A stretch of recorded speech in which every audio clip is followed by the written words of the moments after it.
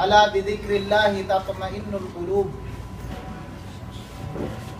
Yaqulu sallallahu alaihi wasallam, talatun man kunna. Ang stand o katayuan ng Islam sa mga ganitong uri ng selebrasyon. Pwede ba akong magsuot ng pulang damit bukas? Ustad? Pwede ba akong bumati sa aking asawa ng Happy Valentine's Day?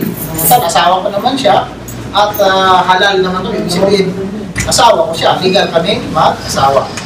Unang-una, ang paniniwala sa ganito, yung Valentine's Day, sino ang nagpasimuno dito? Of course, mga Romano Katoliko. Kaya nga si Saint Valentine, isa siyang santo ng mga Romano Katoliko na yun nga ang kanyang gawain, mamamana ng puso ng isang tao para magkaroon siya ng pagmamahal. So, santo siya na sinasamba ng mga Romano Katoliko. Kahit man hindi nila aminin na, hindi naman namin sinasamba yan, santo lang yan. Pero, hinihinga nila ng tulong.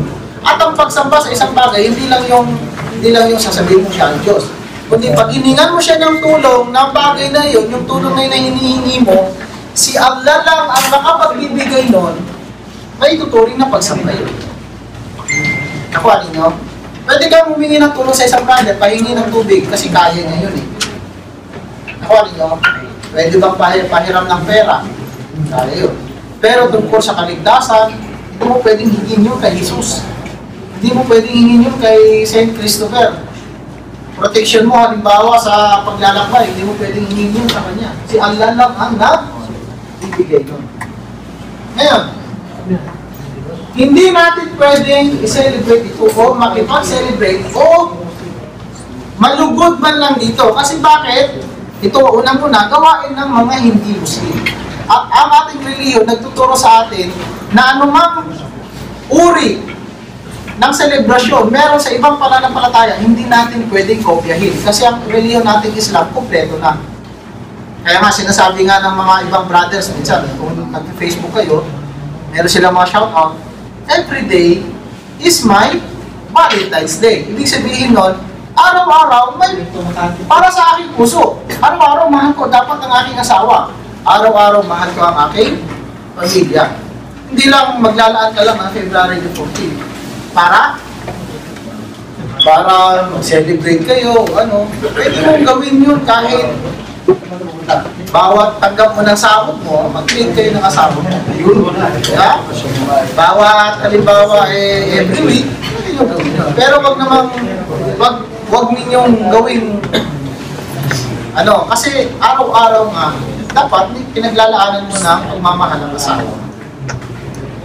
Isa sa mga halimbawa, binigay ng mahal ng Propeta Muhammad sallallahu alaihi wasallam. Man tashabbaha biqaumin fahuwa minhum. Sino man ang gumaya sa mga tao, mapapabilang siya sa kanila. Halimbawa, kung ang ginaya mo mga rakista at mga palainom ng alak at paladroga, magiging katulad mo sila. Kung halimbawa, ang gagayahin mo, ang mga sumasamba sa ributo, gagawa ka rin ng ributo sa bahay mo. Pwede correct ka ng ributo sa bahay mo, magiging kagaya ka nila. Kaya bilang mga Muslim, sino ang dapat natin gayahin? Ang mahal ng Propeta Muhammad at ang turo ng Islam. Sa abot ng ating makakaya. Sa abot ng ating makakaya. Halimbawa, ito magandang halin dito para sa mga taong may mga asawa. Sabi ng Propeta Muhammad, isang dinar, isang coin yun ng dinar, na ginastos mo para sa jihad. Alam niyo yung jihad, yung pagprotekta sa Islam, mga sundalo ng Muslim, mga pulis ng Muslim, nagpoprotekta sa atin.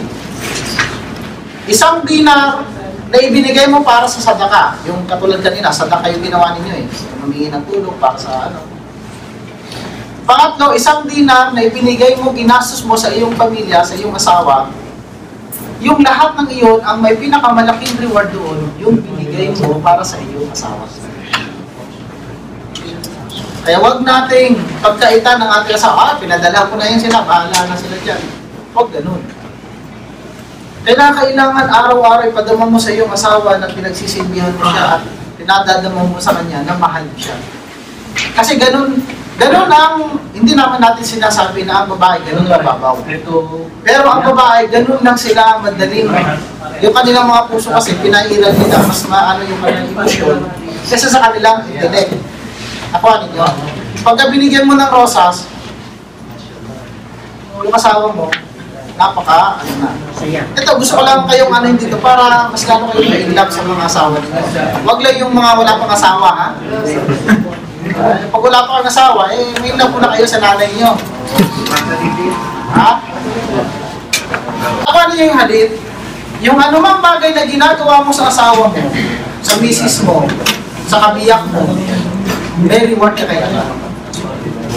Kahit pa sabi ng, sa isang hadith ito, sabi ng Rasul, kahit yung pagsubo mo ng pagkain sa asawa mo, minsan nakakaligtaan natin ito, hindi kaya minsan nahihiya tayo, hindi kaya minamalit natin ang mga ganitong bagay, subuhan mo lang yung asawa mo. Minsan, nangyayari ito, sa pagluto ng asawa mo, tapos magluto, papakainin ka, tanongin ka, masarap ba yung niluto ko? Alat mo. Yeah.